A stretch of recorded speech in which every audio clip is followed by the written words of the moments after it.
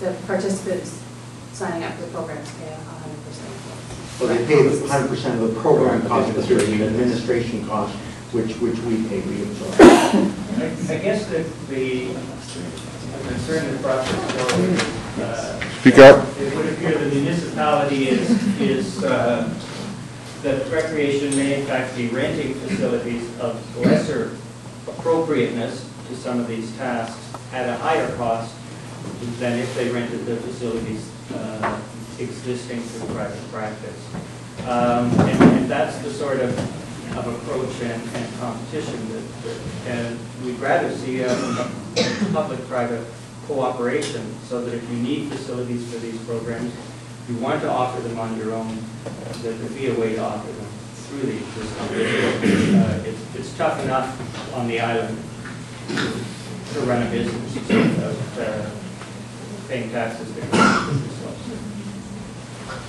So the Lisa? Yeah, just a point of view from residents who rely on the municipality to provide these services, rely on an existing system that we have staffed with locals.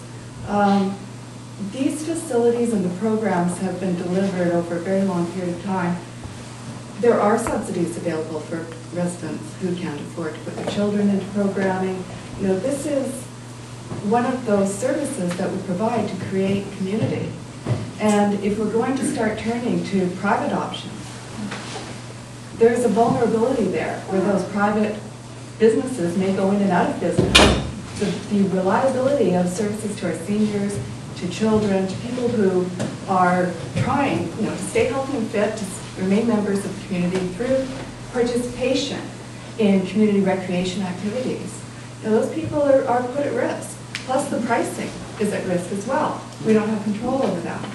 So I would really be loath, especially considering there was so much pressure on this municipality to equalize the commercial tax rate, saying that business doesn't get any advantage or special consideration.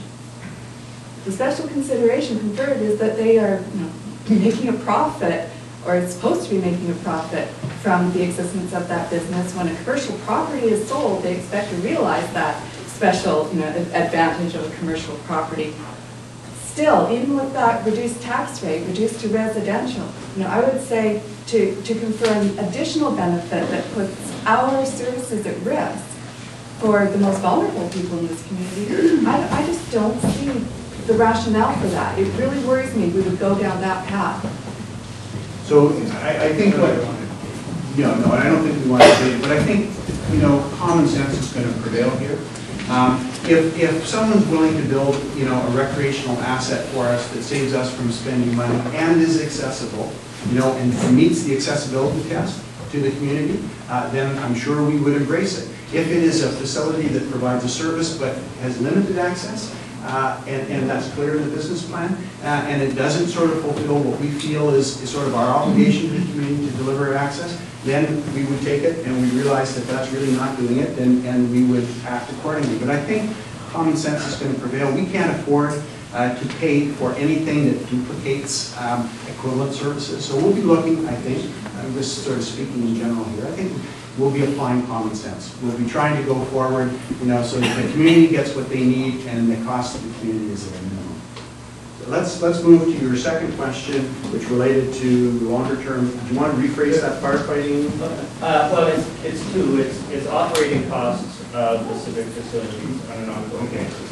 Facilities, administration, and programs. And the concern that there should be a number of that before we proceed any further, because we need to know what that ongoing cost means for the taxpayers. Right.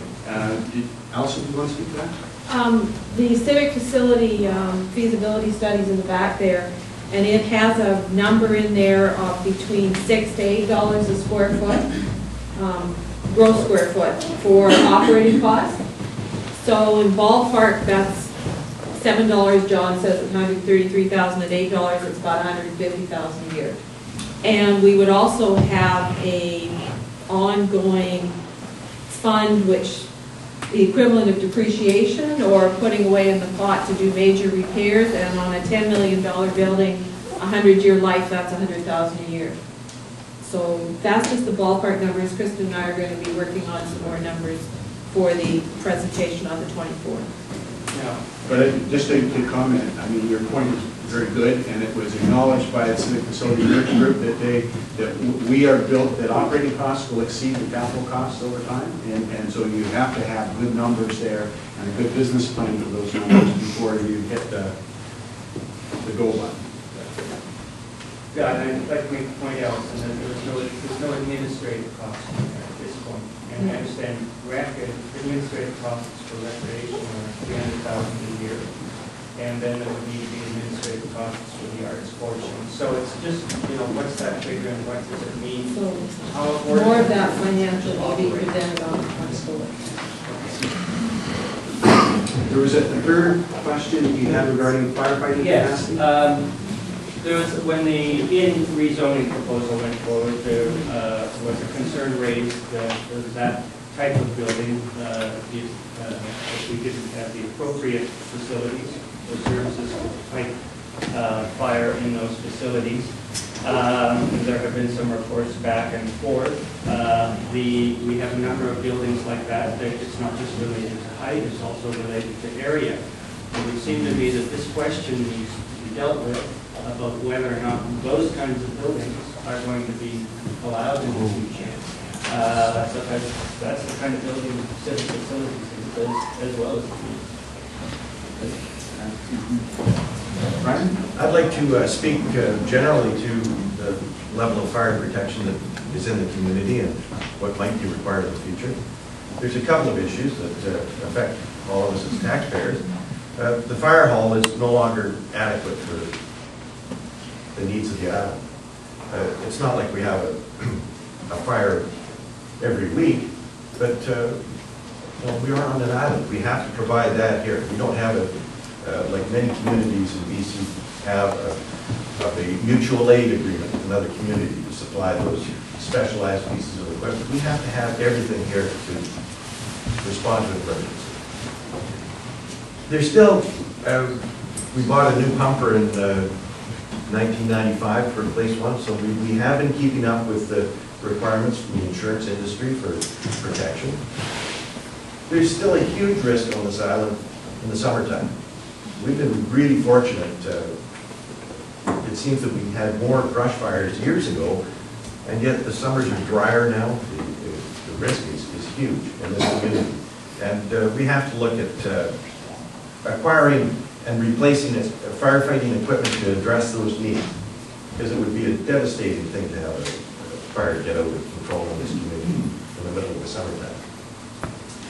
The next issue, and this refers back to Tim's question about fire protection for larger structures. We're set up for the underwriter's needs for small commercial and residential situations with our pumpers. There's a formula that says that you require 2,200 gallons per minute on the island to fight a fire as it exists now. We've got capacity of just over 2,500, so we have a margin in there.